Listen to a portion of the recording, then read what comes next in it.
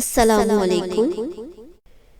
ہم اپنے مالک کے کرشموں کو کبھی نہیں سمجھ سکتے۔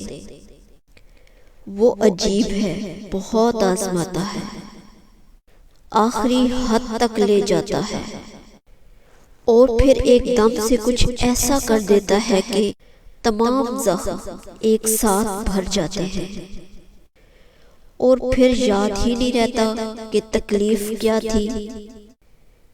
ہم انسان ہیں، ہم اس مالک کے کرشموں کو نہیں سمجھ سکتے۔